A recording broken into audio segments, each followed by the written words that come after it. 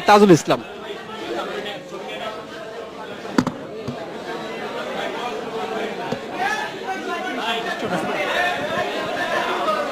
আপনারা জানেন যে ট্রাইব্যুনাল আজকে রায় দিয়েছেন।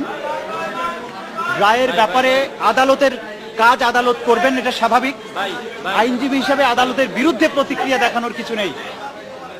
তবে যে সাক্ষ্য প্রমাণ এখানে উপস্থাপিত হয়েছে, একটা বিচারের চূড়ান্ত বিশ্লেষণ করা যায় তার উপস্থাপিত সাক্ষ্য প্রমাণের মধ্য দিয়ে। যে সাক্ষ্য প্রমাণ এখানে প্রসিকিউশন উপস্থাপন করতে পেরেছেন এজিএম আজহারুল ইসলাম সাহেবের বিরুদ্ধে, এই সাক্ষ্য প্রমাণের ভিত্তিতে ট্রাইব্যুনাল তাকে মৃত্যুদণ্ড দিয়েছেন। তার বিরুদ্ধে আমরা অ্যাপিলেট ডিভিশনে যেতে পারি, যাব, কিন্তু সুবিচার হতে এটাই যদি ট্রাইব্যুনাল এই সাক্ষ্য প্রমাণগুলোকে ডাস্টবিনে নিক্ষিপ্ত করতেন। এই সাক্ষ্য প্রমাণের ভিত্তিতে একজন মানুষের মৃত্যুদণ্ড হওয়া দূরের